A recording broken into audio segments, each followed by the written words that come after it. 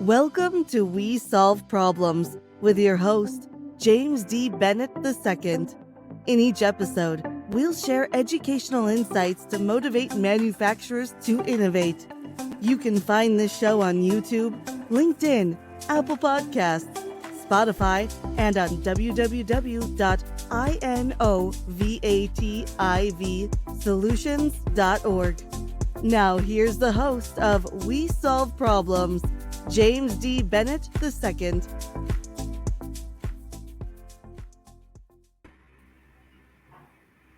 Good morning, and welcome to the We Solve Problems podcast, where we inform of existing technology, the trend of the R&D for that technology, and the financial incentive to help mitigate risk of innovation. I'm your host, James Bennett. Today, we're talking about leadership and sales management with Mr. Brett Knopf, performance coach and business strategist of KnopfKnows Solutions, LLC. Mr. Knopf, could you give us a brief summary of your background, please? By all means. And first of all, thank you so much for having me, JD. I appreciate being here. My background has been 20 years plus in leadership and sales management roles, primarily in service-based industries. And when the pandemic hit, I was working as a regional manager at one of the largest fitness operations internationally and domestically. It's a company by the name of Equinox. And my safe, fun, secure job got taken away from me through no fault of their own. So I pivoted into my own performance coaching and business strategy that also involves being an author and a speaker. And I now work with leadership teams and sales teams across multiple verticals. I'm involved in 11 different verticals in the work that I do to help them create the work environments that are focused on personal development in conjunction with the operational systems that are going to attract, retain, and develop high-level talent at all levels of the organizations I work with. Oh, that's great. And that's why we brought you on as a guest today, and why we think we need to hear what you have to say. To put today's podcast into context, in our previous podcast, we have discussed how to protect your intellectual property, how to organize your business, the elements of disruptive innovation, and how to commercialize a new technology into a business. Given those discussions, we haven't had dialogue of who will guide new startup ventures, the entrepreneur leaders. Even the best entrepreneur leaders can rarely make a company succeed by themselves. This is much like the fact that the greatest athlete doesn't perform or ensure that their team will win if the other players cannot perform. As such, the entrepreneur leader must be able to identify staffing needs, expertly fill them, and lead the team to success through influencing employees to achieve the objectives of the organization.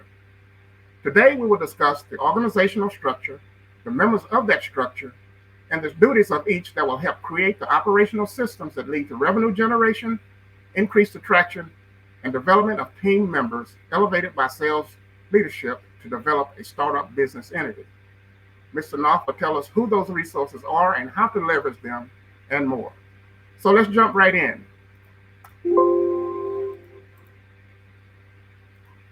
Mr. Knopf, what are the sales leadership and sales management roles, and what is the difference between the two?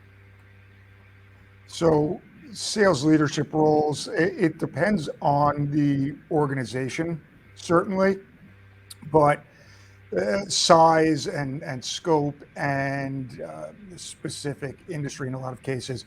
So a lot of times you end up with a VP of sales, director of sales, someone in that capacity spearheading the sales functionality of the organization. And below them, you end up with individual sales representatives. In some cases, you have the enterprise sales individuals in the mix. Again, it's circumstantial to the business.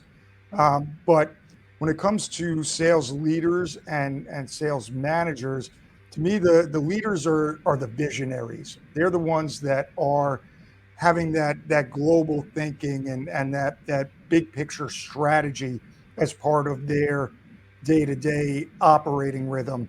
The sales managers are the ones that are more in charge of the implementation of those strategies and guiding the people within their particular team on how to execute that implementation and holding them accountable to making sure that things get done in the manner that funnels directly into that overarching vision of the sales leader.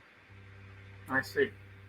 So now, what personal development is essential for both leadership and sales management to help create the behaviors and operational systems to lead to the elevated sales leadership skills?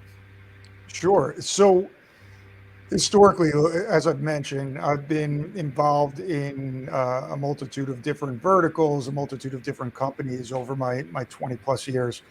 And what I found, and certainly more so now than ever, is there's a tendency to treat sales people as numbers. And there's a dehumanizing that is largely inherent in how a lot of organizations run. So, given that it's much more difficult to recruit and retain top level talent at this point, post pandemic in particular, it becomes that much more necessary. And really, this should have been necessary all along to take a deep dive on every individual on the team. And what I mean by that is not just focusing on the professional skill development that's going to help them be strong in their particular role, but helping them from the personal development side of this. So their mindset and discipline and anything along the lines of understanding, number one, why they're there in the first place, what's their objective and why are they there? What are they willing to do to achieve said outcome? And lastly, what do they need from us as a leadership team to make sure that they are best positioned to be successful in their roles? And when we focus in on making sure we understand those nuances on an individual basis, it's going to be much easier for them to buy into any of the professional coaching, professional skill development piece of the puzzle that we need them to execute upon for them to be successful and the organization to be successful. So essentially this model is how do we create wins all around by knowing what makes each person on the team tick, what motivates them, what inspires them, and what support that they need from our end. You have to be a great motivator. You do. To some extent, yes, it's important. But even more important, JD, is understanding what that vision is of excellence in your sales team, in your organization as a whole, and making sure that you are interviewing and hiring with that level of specificity to save yourself time, money, and resources on the back end by not having the appropriate people in place to begin with, by ideally finding people that are more intrinsically motivated, and then we're just a supplement or a complement to that with the external motivation. Okay, so let's say you have this new idea and you want to start this new business, a new startup. What is the organizational structure and who are the members of that structure and the duties of each that will help create the startup business entity? In other words, what roles do the leadership and management team have to perform to help the team build for entrepreneurs and become structured to develop that new idea in the startup entity? Yeah, so in order to develop that, I'm going to go back to vision. Whoever, whether it's a solopreneur or you come into creating a business with a team, there has to be a unified vision. There has to be some big picture mission statement and values and standards and expectations set right at the forefront, because that's going to be the foundation and the lens through which everything develops thereafter. So it's important before getting started, or as you're getting started, to come together and rally around those the mission statement, the values, the standards, the expectations. From there, it becomes a matter of, as I previously mentioned, figuring out what skills you have on an individual basis that complement each other in order to grow the business. So I'll give you an example. I was involved in one of the country's first search engine marketing firms. We were one of Google's first AdWords partners back in the mid 2000s down in South Florida. And there were 7 of us. And we took inventory of who does what well, not necessarily what they wanted to do per se, but where do your skill sets fit in the overarching picture of what we're trying to accomplish. So, I wore a number of hats. I developed the sales team. I developed the customer service team. I was a a project manager, or account manager rather. And then the guy to my right, he was the back-end software engineer, and the guy over here was the front-end website developer. And we understood how this created synergy in line with what we were trying to accomplish.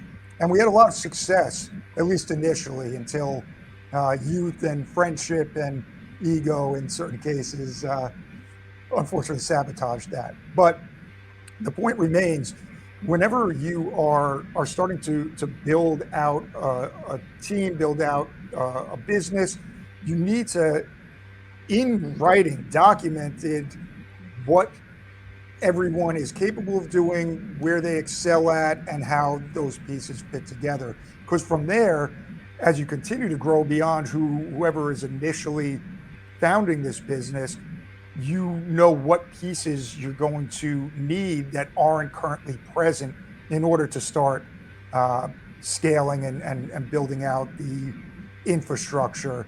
And sales is obviously a big component to that. The accounting is a big component to that. There's a lot of things that go into it that I admire a lot of entrepreneurs that just leap and they're off and running.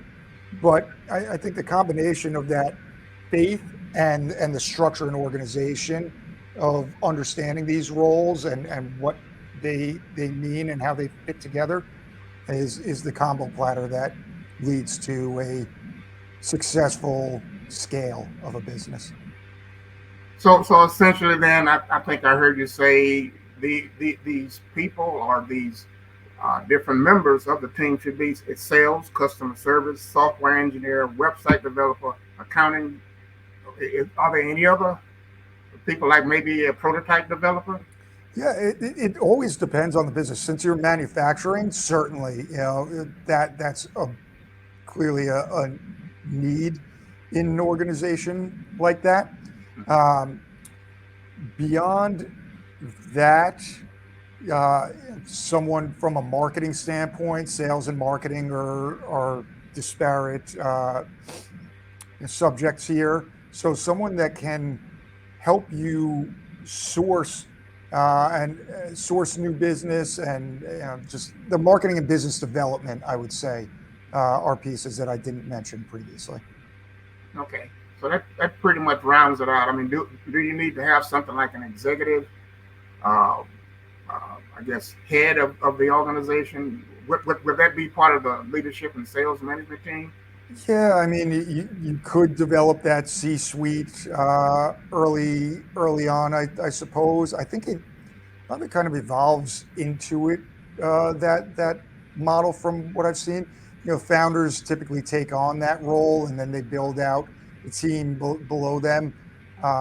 and I use below lightly. I have this philosophy: no one works for the leaders. As a matter of fact, the leaders work for the Right. employees, and everyone works with each other. So I want to throw that in here, but it really depends on what your objective is ultimately. But yes, that factors in as you go along, if not at the outset. Okay, well, good. Good. I think that kind of rounds things out. It makes sense. Um, Now, we've all heard about the theory of the survival of the fittest, or the statement, a smooth sea or sailing never makes good sailors. And those theories fit very well in the world of startups because the world of startups is volatile. And on average, we understand that there are about 137,000 startups that emerge every day. So the question is, what are the problems startups tend to face through leadership and sales management? How do they solve these problems and survive the waves of change that transform their nature?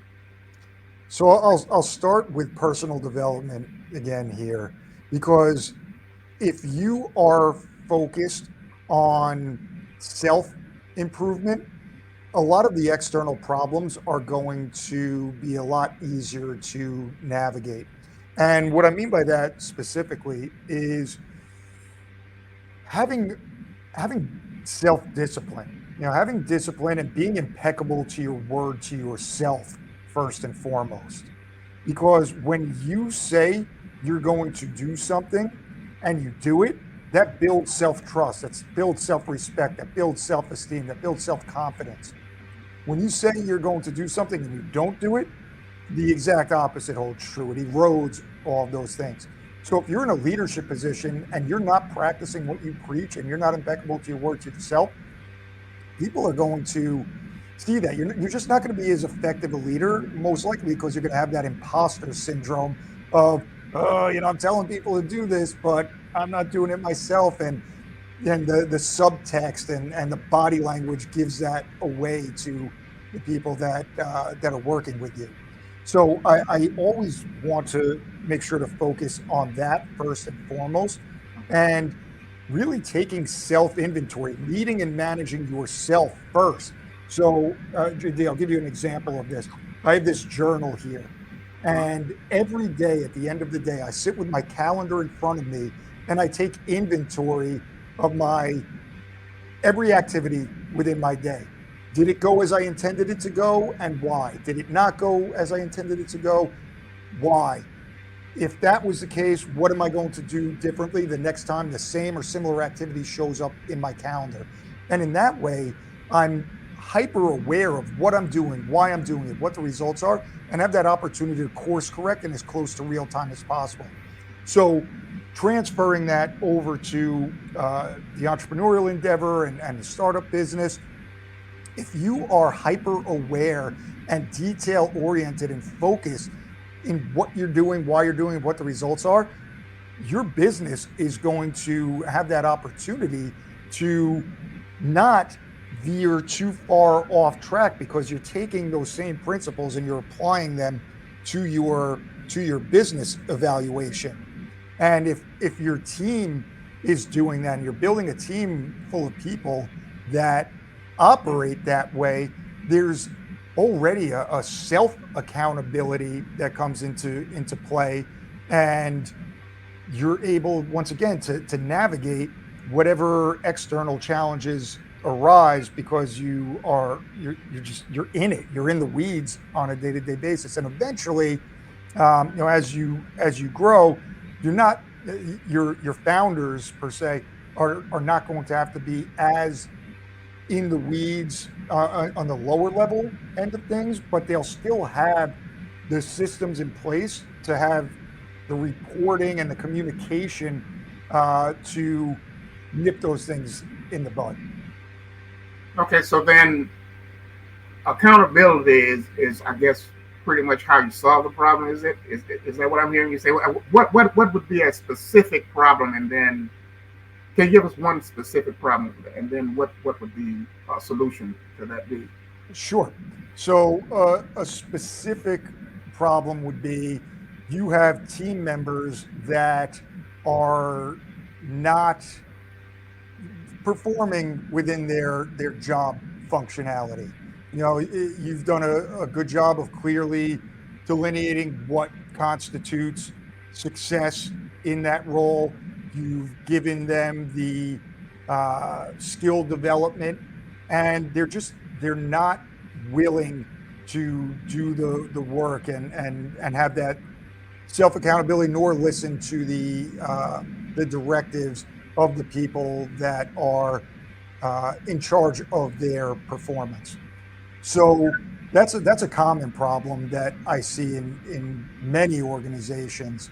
And the solve for that is you want to give people performance plans. You want to give them that structure in that organization so that they either do or they don't, but you have the documented explanation of what the targets are, what they need to do, and then also what the expectations are from the leadership side of it to deliver. And when you do that, you either help people raise the bar and perform to their capabilities, or you figure out that it's not a skill issue, it's a will issue. They're just not willing to do the things. And regrettably, those are the people that you have to move along from in your organization. And when you do that, you gradually start to build a team that not only is accountable to the leaders, but they're accountable to each other, and they're making sure that they're supporting each other and guiding each other. And that's where I've seen winning teams built, and it solves that problem of people just pulling on the rope in different directions or just not executing on what they say they're going to do. Okay, so you have this said person or this said professional here to perform a specific job. So to solve the problem or to get them to perform, you give them the targets, you set the expectations, and you give them the skills to perform, and then you hold them accountable. Is that pretty much what you're saying? Yes, that's a good summarization of that. I see. Okay. All right. So now, what if these members or team members don't conform to the problem solving of the leadership and sales management? What are the odds of those startups becoming well positioned and surviving upheavals or problems if they don't conform? It becomes much more difficult if you're not structured and organized with these things. I mentioned performance plans and documentation. There's a lack of documentation a lot of times that makes it difficult to operate because there's ambiguity at that point. So, having actionable takeaways that we're going, and the follow-up, the structured follow-up, we are going to meet in 1 week and these things are going to get done from your end, these things are going to get done from my end, we're going to see the progress. If those aren't happening, and to answer your question, there needs to be this mentality, in my opinion, of slow to hire, quick to fire.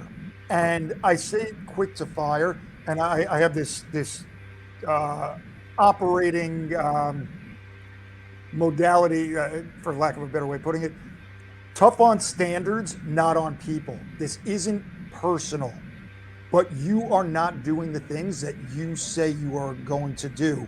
So I am going to inevitably find someone that will. And if you're staying structured and organized with the performance plans, the follow-up, you've got to move on from people that aren't willing to do the things that they say they're going to do, that are going to lead to their success, their team success, and organizational success. And too often I see organizations hang on to people way past that expiration date. And the longer they hold on to them, because the problem being, JD, not only are they not performing in their role, most likely, and historically from what I've seen, they're pointing fingers at everyone else as to why they're not performing, and they're spreading negativity and negativity, Yeah. that spreads a lot quicker than positivity, unfortunately. So it's not just them not performing in their role. They are, negatively impacting a lot of other people around them, which is putting a harder cap on the overall team performance. So quick, slow to hire, quick to fire, tough on standards, not on people, structure and organization. Those are things that I've seen help make sure that this doesn't go under, that we, uh, I don't like saying this either, but excise the cancer before it spreads. Right. Right. So then, nonconformists are to these problem-solving ideas of the leadership and sales management people. Now, is that the reason why nonconformists? Is that the reason why a lot of companies or startups fail within the first 5 years?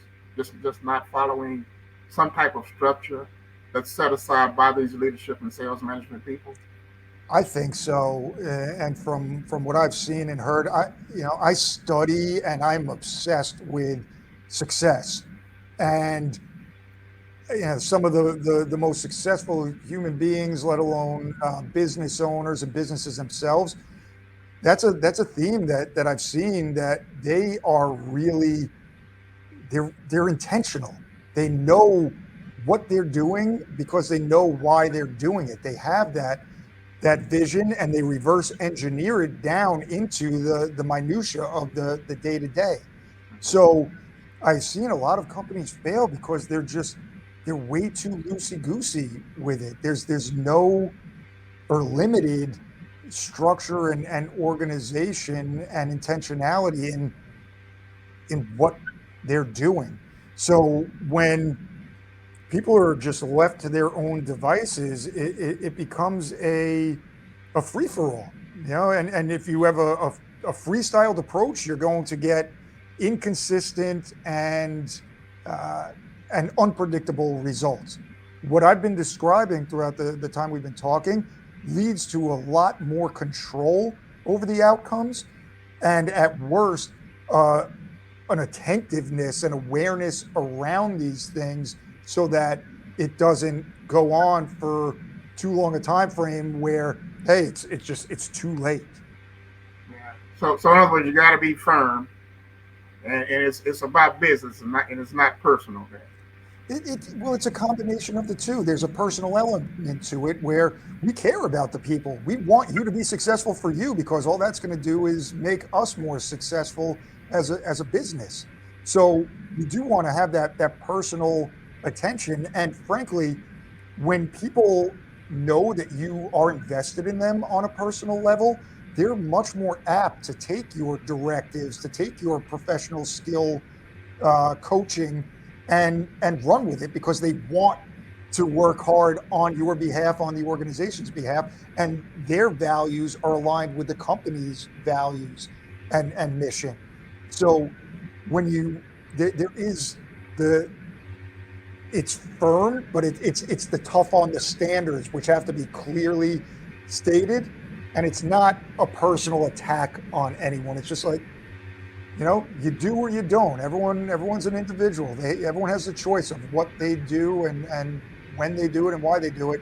But there's consequences as an employee to not doing the things that you say you're going to do, and that have been agreed upon as what's needed to lead to personal and organizational success. I see. One final question. What excites you most about the trend of leadership and management, sales management, and what keeps you up at night when it comes to major situations? I love that question. So what gets me most excited, and specifically because of the work I do, which I love, I get up every day excited and hyped to hit the ground running, is there seems to be a greater openness to working on that personal development and going external to figure out what you don't know, and to grow and learn. And Yeah, I've been really pleasantly surprised, even within pre-existing successful organizations. I work with United Healthcare, for example, obviously a well-known name out there, and I work with their leadership teams across the country, and these guys are so excited to gain an edge to just work on that improvement. And when leaders are doing that, that trickles down. That excitement, that growth mindset, that willingness to say, hey, I don't have all the answers. I know I'm in the leadership position, but I don't have all the answers, but I'm going to find them. I'm going to move the ball forward day after day after day. And that compounding effect is going to lead to my success and everyone's success around me. So I've been really happy to see that trend, so to speak, because I network with a lot of other coaches and consultants and fractionals, and there's a lot of that going on. I think COVID kind of lifted the veil that if you're not happy at your job, or you don't have that type of leadership team, there's a lot of other options. So talented people are not going to tolerate any longer just being in a position where their leaders aren't operating that way. They're going to either start their own shop or they're going to find leaders and organizations that do operate that way. So that's the encouraging part. The discouraging part of it is on the leadership level as well, is there's a complete lack of that structure and organization that we've talked about. I'm dumbfounded in certain cases how people have gotten to the levels they've gotten to without having a clear-cut, intentional way of operating. They don't even use a calendar, and I'll use the word dumbfounded by the success. And I've found that to be pretty pervasive in a lot of companies. It's more so on the small to mid-sized companies that I work with, but there's no standard operating procedures. There's no job descriptions in certain cases, so people don't know what they're doing, why they're doing it, how they fit into the bigger picture, and that's a failure on the leadership front. So I would say those are the two positive, and then things that I've seen that I'm a bit discouraged by, but actively looking to help problem solve for. Okay, well, great. With that, we'll have to bring this podcast to an end. I want to express my gratitude to Mr. Knopf for sharing his expertise and insights, and we're honored to have him join us in this podcast. And I want to remind those of us who are watching to take this opportunity to learn from our guests and to strive to achieve your own goals and aspirations. Mr. Knopf, where can we find you for future reference? Sure. Once again, thank you. I really enjoyed the conversation. You asked terrific questions, and I'm always appreciative of that. As far as where you can find me, I'm on LinkedIn. My name, Brett Knopf. I have my website, KnopfKnowsSolutions.com, and those are the two best places to find me. And anything I can do to help personally and professionally, I'm always game. I love talking to anyone about these things personally and professionally, and that's it in a nutshell. Okay, well, great. Thank you for that. I'm James Bennett, and I can be found at www.innovativesolutions.org. That's one N, no E, innovativesolutions.org. We thank you for listening today, and we hope you join us on our next podcast. You've been tuning into We Solve Problems with your host, James D. Bennett II. Learn more about financial incentives to mitigate the risk to better your products at www.innovativesolutions.org, where you can find other episodes of this show. Thank you for your positive feedback, comments, questions, and for sharing this with others.